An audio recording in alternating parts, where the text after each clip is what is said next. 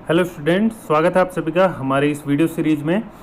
अगर आपने पुरानी वीडियो नहीं देखी होंगी तो आपको मैं बता दूं कि ये वीडियो सीरीज़ हम यूटेट स्पेशल कर रहे हैं, जिसमें हम प्रीवियस ईयर पेपर जो है यूटेट के सॉल्व कर रहे हैं।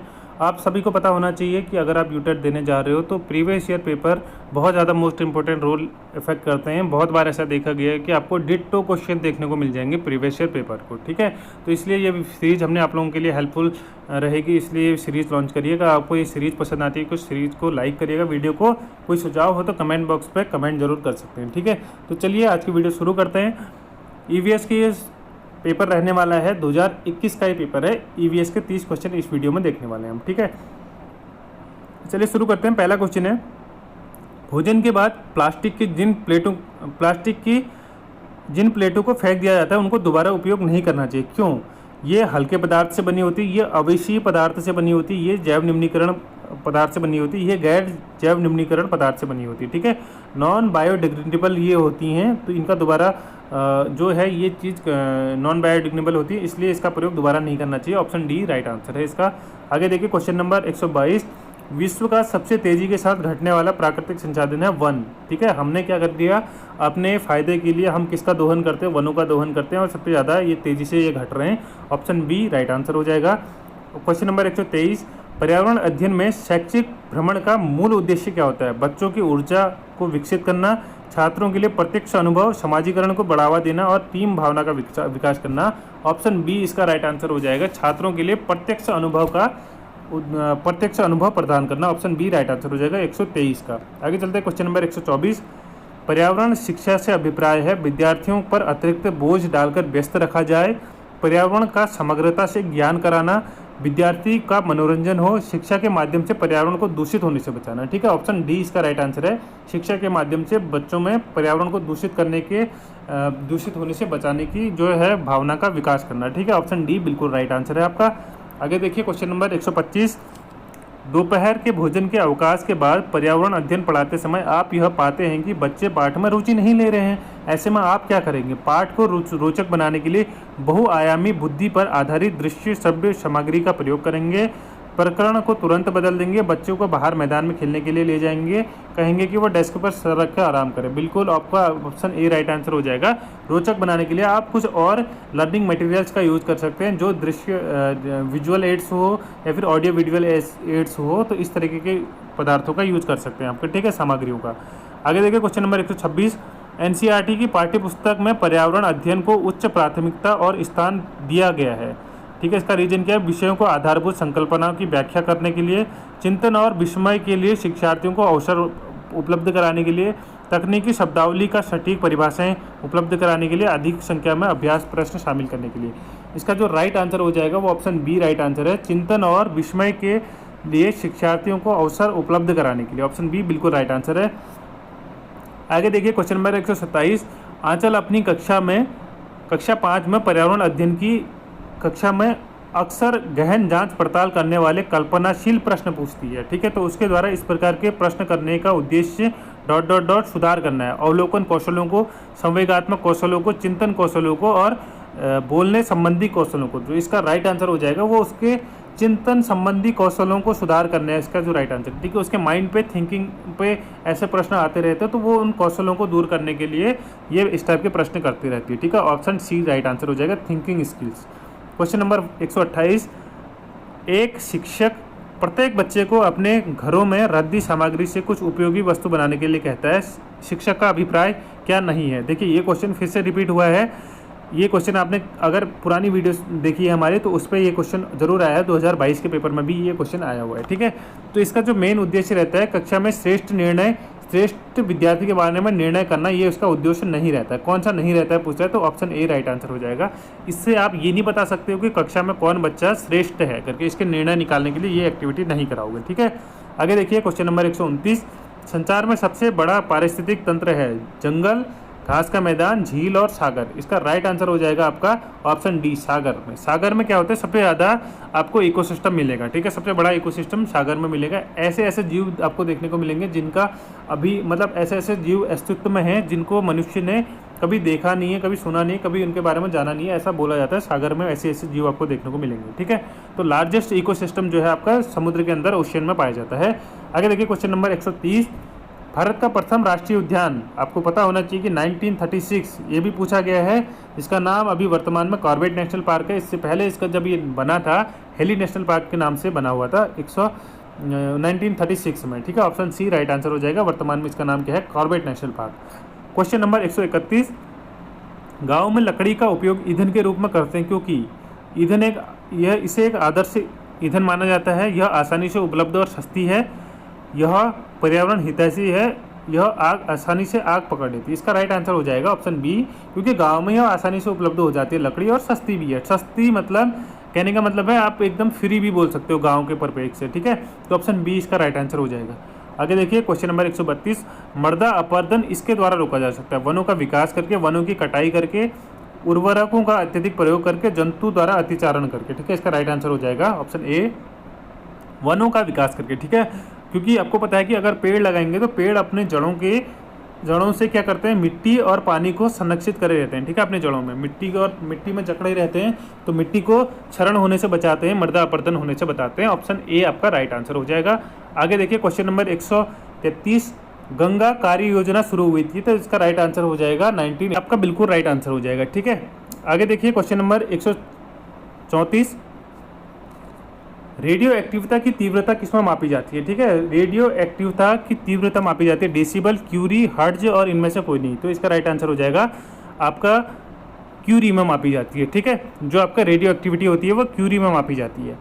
आगे देखिए क्वेश्चन नंबर 135, माइक्रोएजा पाया जाता है साइप्रस में, गुलाब में, पाइनस चीड़ के पेड़ में और बुरांश में, ठीक है। जो इसका राइट आंसर हो जाएगा 135 का पाइनस चीड़ के पेड़ में पाया जाता है माइक्रोराइजा, ठीक है। Mycorrhiza option C right answer है।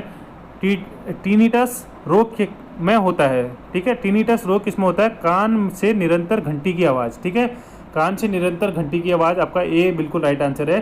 टीनिटस रोग इसे कहते हैं, कान से निरंतर घंटी की जैसी आवाज़ आती रहती है, तो इसको टीनिटस रोग कहा जाता है। ऑप्शन ए राइट आंसर है।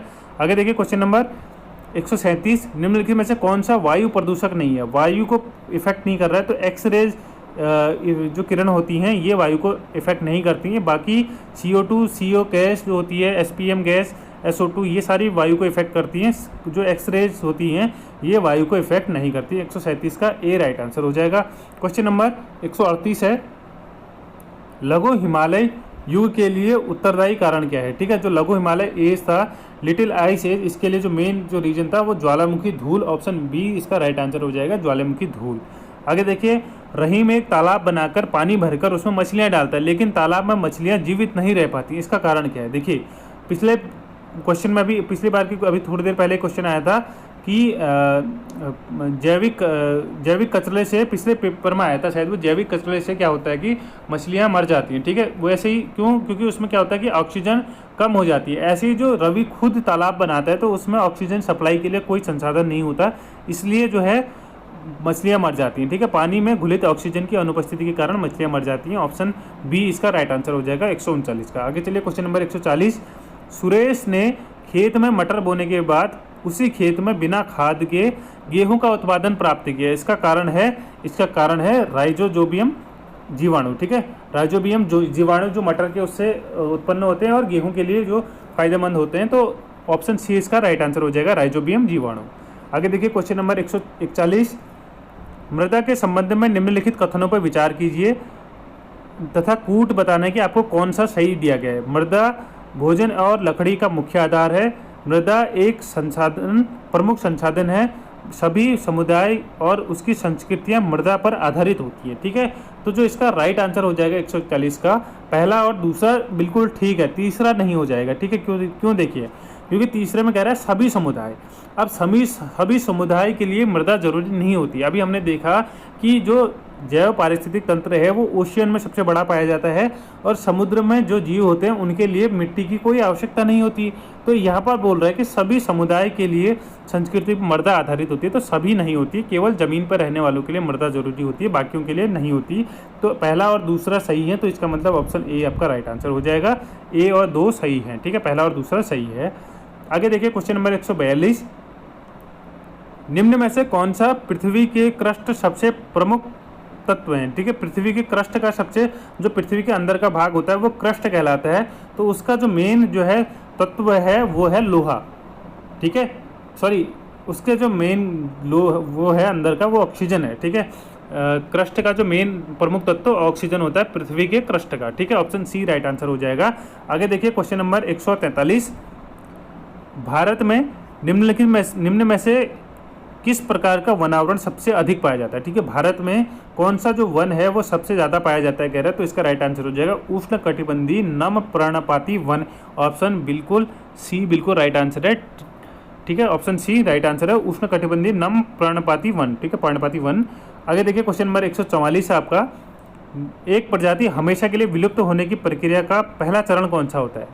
पारिस्थितिक विलोपन, सामूहिक विलोपन, स्थानीय विलोपन और जैविक विलोपन। ठीक है, अब देखिए सबसे पहले अगर कोई प्रजाति जो उसका अगर वो गायब हो रही है तो वो स्थानीय विलोपन होगा। जहाँ पर वो सबसे ज़्यादा पाई जाती थी पहले वहीं से गायब होती है। ठीक है, तो स्थानीय विलोपन होगा, लोकल एरिया से वो हटेगी, उसके बाद सामूहिक विलोपन, फिर पारिस्थितिक विलोपन, फिर जैविक विलोपन हो जाता है इसका। ठीक है, तो इस तरीके से वो प्रजाति का विलोपन होता है। ऑप्शन सी फर्स्ट प्रक्रिया में स्थानीय विलोपन होता है इसका।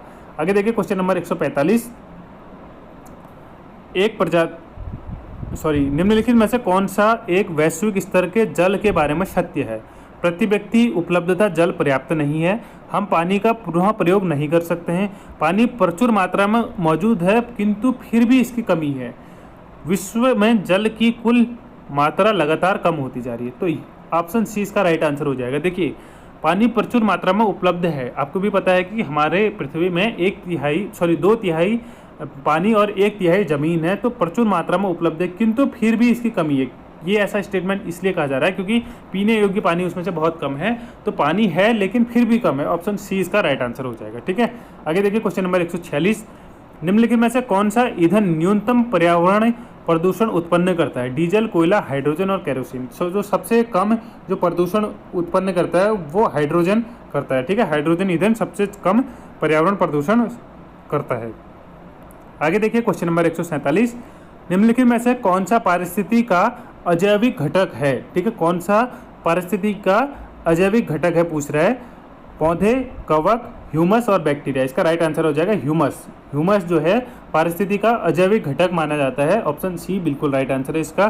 क्वेश्चन नंबर 148, जब मानव यूवी रेज अत्यधिक प्रभावित हो जाते हैं तो तब क्या होता है? प्रतिरक्षा तंत्र की क्षति हो जाती है, फेफड़ों की क्षति हो जाती है, त्वचा का कैंसर होता है, आमाशय का अल्सर होता है। ठीक है, तो आपको पता है कि त्वचा का कैंसर तो होता है जब यूवी रेज होती है, जब ओजोन परत से बाहर डायरेक्ट यूवी रेज निकल जाती है तो त्वचा का कैंसर तो होता ही है। साथ ही साथ क्या होती है, इम्यून सिस्टम को डैमेज करता है। यूवी रेज होती हैं ह्यूमन के इम्यून सिस्टम को डैमेज करता है, प्रतिरक्षा तंत्र जो होता है उसको डैमेज करता है। तो पहला और तीसरा दिया है ऑप्शन सी में। ऑप्शन सी बिल्कुल राइट आंसर हो जाएगा। आगे चलते हैं question number 149, second last question है, फ्लोराइड प्रदूषण मुख्य रूप से प्रभावित करता है। ठीक है, फ्लोराइड प्रदूषण होता है वो मुख्य रूप से किसको इफेक्ट करता है? वो दांत को इफेक्ट करता है। ऑप्शन ए इसका बिल्कुल राइट आंसर हो जाएगा। अगला है, आगरा में ताजमहल को अधिकतम प्रभावित करने वाला प्रदूषक क्या है? तो वायु प्रदूषक, जल प्रदूषक, मृदा प्रदूषक और शोर प्रदूषक। तो इसके लिए राइट आंसर हो जाएगा वायु प्रदूषक। एयर पॉल्यूशन जो सबसे ज़्यादा इफेक्ट कर रहा है, वैसे तो इसको एसिड रेन करता है बट एसिड रेन का हमारे पास ऑप्शन नहीं है, तो सेकंड ऑप्शन जो है वायु प्रदूषक, एयर पॉल्यूशन जो है किसको प्रदूषित कर रहा है सबसे ज़्यादा? ताजमहल को सबसे ज़्यादा इफेक्ट कर रहा है। ठीक है, अगर आपको अम्लीय वर्षा उदाहरण होता तो वो सबसे पहले होता है। ठीक है, तो ए इसका वायु प्रदूषण राइट आंसर है। तो ये थे 2021 के EVS के 30 क्वेश्चन। आई होप आपको ये वीडियो सीरीज पसंद आ रही होगी। वीडियो अच्छी लगी तो वीडियो को लाइक करिएगा। कोई सुझाव या फिर कोई फीडबैक देना चाहते हो या फिर आपका कोई प्रश्न हो तो कमेंट बॉक्स पर कमेंट जरूर करिएगा। चैनल को सब्सक्राइब करिएगा ऐसी अपडेट पाने के लिए, ऐसी महत्वपूर्ण वीडियो पाने के लिए। Thanks for watching. मिलते हैं नेक्स्ट वीडियो में, तब तक के लिए बाय।